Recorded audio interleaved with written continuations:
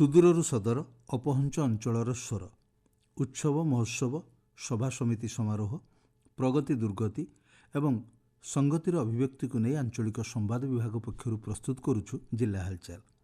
ଆଜି ଜିଲ୍ଲା ହାଲଚାଲରେ ଶୁଣନ୍ତୁ ଯାଜପୁର ଜିଲ୍ଲା ସମ୍ପର୍କରେ। ତଥ୍ୟ ଦେଇଛନ୍ତି ଆମ ଯାଜପୁର ସମ୍ବାଦଦାତା ପ୍ରିୟରଞ୍ଜନ କର ଓ ଉପସ୍ଥାପନାରେ ମୁଁ ସତ୍ୟବ୍ରତ ବେହୁରା।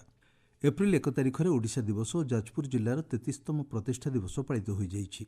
1993 ମସିହା ଏପ୍ରିଲ 1 ତାରିଖରେ କଟକ ଜିଲ୍ଲାରୁ ଅଲଗା ହୋଇ ନୂତନ ଯାଜପୁର ଜିଲ୍ଲା ଗଠିତ ହୋଇଥିଲା। ଏହି ଅବସରରେ ଯାଜପୁର ଜିଲ୍ଲା ପ୍ରଶାସନ ପକ୍ଷରୁ ଓଡ଼ିଶା ଦିବସ ଓ ଜିଲ୍ଲା ପ୍ରତିଷ୍ଠା ଦିବସ ପାଳିତ ହୋଇଯାଇଛି। ଆୟୋଜିତ ଉତ୍ସବରେ ଗୃହ ନିର୍ମାଣ ଓ ନଗର ଉନ୍ନୟନ ମନ୍ତ୍ରୀ ଡକ୍ଟର କୃଷ୍ଣଚନ୍ଦ୍ର ମହାପାତ୍ର ମୁଖ୍ୟ ଅତିଥି ଭାବେ ଯୋଗଦେଇ ଯାଜପୁର ସହରର ବିଭିନ୍ନ ସ୍ଥାନ ଗସ୍ତ କରି ମେଡିକାଲ କଲେଜ ଛକ, ଗାନ୍ଧୀ ଛକ ଏବଂ ଜିଲ୍ଲା ସ୍କୁଲରେ ଥିବା ବରପୁତ୍ରମାନଙ୍କ ପ୍ରତିମୂର୍ତ୍ତିରେ ଶ୍ରଦ୍ଧାସୁମନ ଅର୍ପଣ କରିବା ସହ ଜିଲ୍ଲା ମୁଖ୍ୟ ଚିକିତ୍ସାଳୟ, ଉତ୍କଳ ବାଳାଶ୍ରମ, ଉପକାରାଗାର ପରିଦର୍ଶନ କରି ରୋଗୀ ଓ ଅନ୍ତେବାସୀମାନଙ୍କୁ ଫଳ ଓ ମିଷ୍ଟାନ୍ନ ବଣ୍ଟନ କରିଥିଲେ।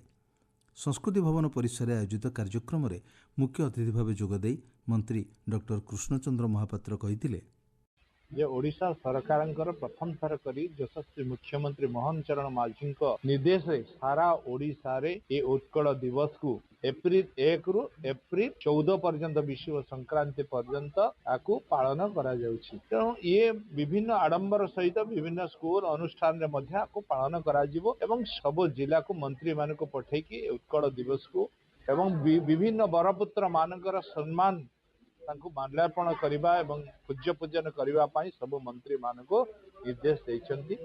ଯାଜପୁର ଏବଂ ବ୍ୟାସନଗର ପୌର ପରିଷଦର ବିଭିନ୍ନ ଉନ୍ନତିମୂଳକ କାର୍ଯ୍ୟର ଅଗ୍ରଗତି ସମ୍ପର୍କରେ ମନ୍ତ୍ରୀ ଶ୍ରୀ ମହାପାତ୍ର ସମୀକ୍ଷା କରିଥିଲେ। ମନ୍ତ୍ରୀ ଡକ୍ଟର ମହାପାତ୍ର ରାସ୍ତା ପାର୍ଶ୍ୱ ଆଲୋକୀକରଣ, ଷ୍ଟ୍ରିଟ୍ ଲାଇଟ୍, ପାନୀୟ ଜଳ ଯୋଗାଣ, ସହର ପରିମଳ ଓ ସଫେଇ କାର୍ଯ୍ୟ, ଟିକସ ଆଦାୟ, ତରଳ ବର୍ଜ୍ୟ ପରିଚାଳନା, 24 ଘଣ୍ଟିଆ ଜଳ ଯୋଗାଣ, ସାଧାରଣ ଶୌଚାଳୟ, ପିଏମ୍ ସ୍ୱନିଧି, ଆହାର ଇତ୍ୟାଦି ଯୋଜନା ସମ୍ବନ୍ଧରେ ସମୀକ୍ଷା କରିଥିଲେ। ଯାଜପୁର ଜିଲ୍ଲା ମହୋତ୍ସବ ଯଯାତି 2026 ପାଳିତ ହୋଇଯାଇଛି।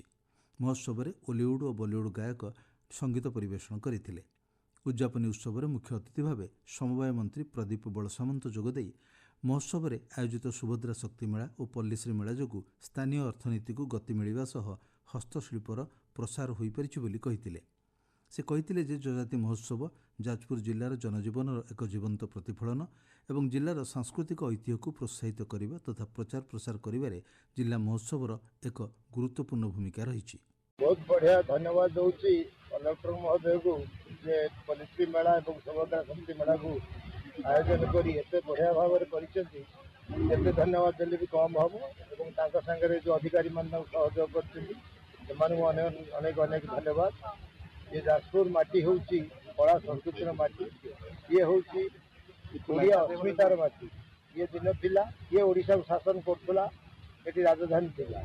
ତେଣୁ ମହୋତ୍ସବ ଚାଲିଛି, ଆଜି ତ ପ୍ରଥମ ହେଇନାହିଁ, ଇଏ ବିଗତ ଦିନରୁ ହେଲାଣି ସରକାରଙ୍କ ତରଫରୁ।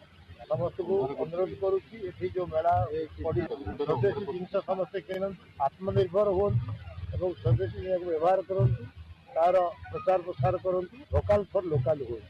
ଏପ୍ରିଲ 1 ତାରିଖରୁ ସାରା ଦେଶରେ ପ୍ରଥମ କରି ଆରମ୍ଭ ହୋଇଛି ଅତ୍ୟାଧୁନିକ ଡିଜିଟାଲ ଭିତ୍ତିକ ଜନଗଣନା କାର୍ଯ୍ୟ।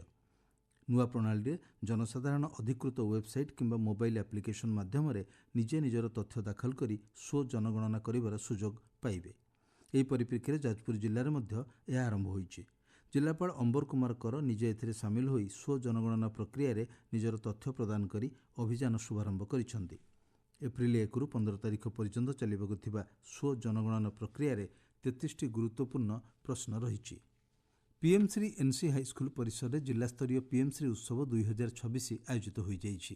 ଅତିଥି ଭାବେ ଯାଜପୁର ରୋଡ୍ ଏସ୍ଡିପିଓ ଶରତ ଚନ୍ଦ୍ର ପାତ୍ର, ମୁଖ୍ୟ ବକ୍ତା ଭାବେ ଜବାହରଲାଲ ନବୋଦୟ ବିଦ୍ୟାଳୟର ଅଧ୍ୟକ୍ଷ ଅଭିମନ୍ୟୁ ଭଟ୍ଟ, ଶିକ୍ଷା ପ୍ରଶିକ୍ଷଣ ପ୍ରତିଷ୍ଠାନ ଅଧ୍ୟକ୍ଷ ନିବେଦିତା ଗୁରୁ ପ୍ରମୁଖ ଯୋଗ ଦେଇଥିଲେ।